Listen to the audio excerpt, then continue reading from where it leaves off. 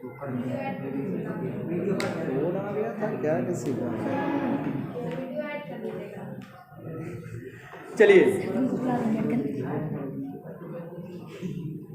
These included a direct tax known as taille, जो direct tax लगता था नोबल्टी और चर्च के द्वारा थर्ड स्टेट पर, ये टैली था।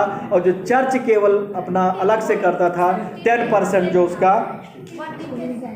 अगला है and the number of indirect taxes which were levied on articles of every day.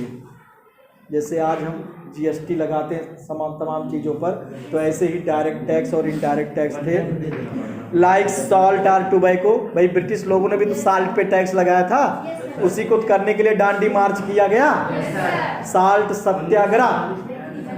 पढ़ोगे 10th में चैप्टर 2 नेशनलिज्म इन इंडिया, और क्लास 8th में मैंने पढ़ाया था, बोला था मिलेगी ये 9th में, ये 10th में से ये मिलेंगी। किस सन में हुआ था? 1939 में हुआ है।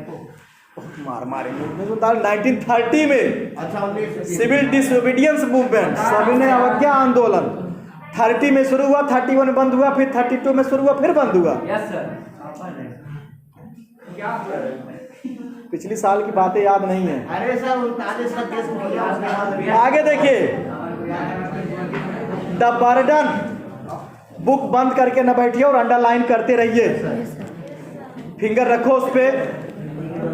The burden of financing activities of this state through taxes was borne by third estates loan alone. कौन देता था सारा कर्ज, सारा टैक्स का बर्डन किस पर था? थर्ड स्टेट पर था। तो यही टैक्स बढ़ाने के लिए लुइस किंग ने जो है सोचा, और उसने जनरल स्टेट असेंबली की मीटिंग बुलाई।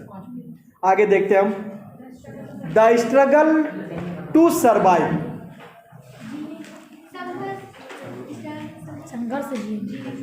या द स्ट्रगल टू सर्वाइव, इतना मीनिंग समझते हो एकदम, एक एक वर्ड हिंदी में ना बताना पड़े, आप इंग्लिश टू इंग्लिश मीनिंग लिखिए, उसी बुक में ही लिख दीजिए उसकी। आगे, the population of France rose from about 23 million. भाई जनसंख्या तो बढ़ेगी ना, और एक तो वैसे ही वर्ष कंडीशन है, दूसरी जनसंख्या बढ़ जाए परिवार में और कमाऊ ना हो तो क्या होगा, और पुअर कंडीशन आ जाएगी। वही चीज आगे देखिए, इन 1715 टू 28 मिलियन इन 1789, 23 मिलियन से 28 मिलियन हो गया। This led to a rapid increase in the demand for food grain।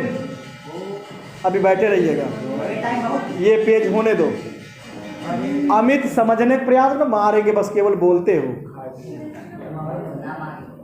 तो फूड ग्रेन्स की समस्या, दूसरा प्रोडक्शन भी लेस हो गया। Yes sir.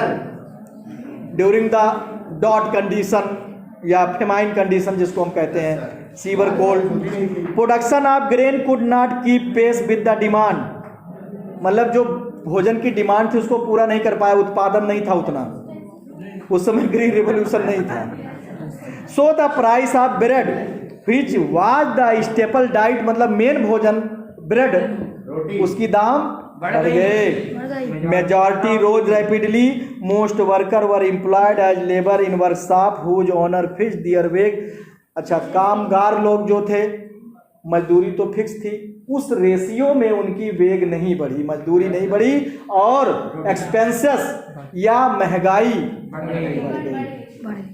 आज क्या है, महंगाई बढ़ जाती है, और भाई सरकारी कर्मचारियों की तो सरकार उनकी भत्ता, अलाउंसेस, तमाम चीज़ें बढ़ा देता है, टीए सब कुछ बढ़ा देता है, 7वां वेतन 6वां वेतन फला। प्राइवेट वाले क्या करें, कौन सा वेतन लागू होता है वहाँ, और न टैक्स, न हाउस रेंट, न कुछ, तो खर्चा तो कौन, हमेशा कौन परेशान रहा है? थर्ड स्टेट के लोग, मिडिल माने थर्ड ही, weaker section of the society. आगे, बट बेक्स did not keep pace with the rise in prices, जो दाम बढ़ रहे थे उसके अनुसार बेग जो है नहीं हुआ, मजदूरी नहीं बढ़ी। So the gap between the poor and rich widened. आज भी वही है कंडीशन, कितना भी सरकार प्रयास कर रही, लेकिन अमीर और गरीब के बीच में खाई बनी हुई है, अमीर अमीर होता जा रहा है, गरीब होता जा रहा है। अरे भाई वो 100 पैसा लगा रहा है तो मान लीजिए 150 कमाएगा और जो 10 लगा रहा है वो कितना कमाएगा, 15-20 कमाएगा। तो अंतर तो बना रहेगा हमेशा।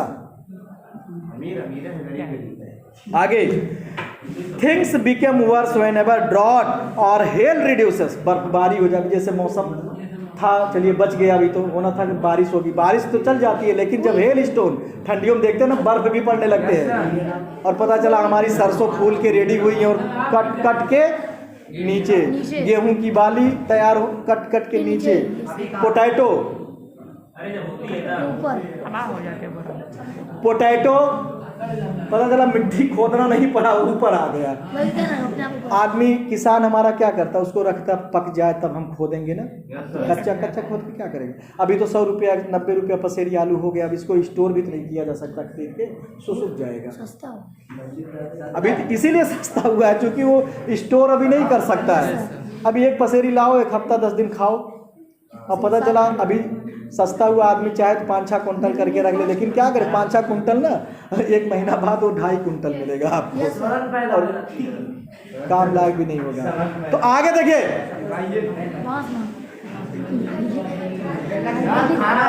Yes, last line, things became worse whenever drought or hail reduced the harvest, so this led the subsistence crisis। का मतलब जब जीविका के लाले पड़ जाए, जब जीविका चलाने में असमर्थ हो जाए, मीनिंग दी गई है। Okay, something that occur frequently in France during the old. Okay, chapter समाप्त। आप पढ़िएगा, समझिएगा, और प्रैक्टिस पेपर दिया उसको करिएगा।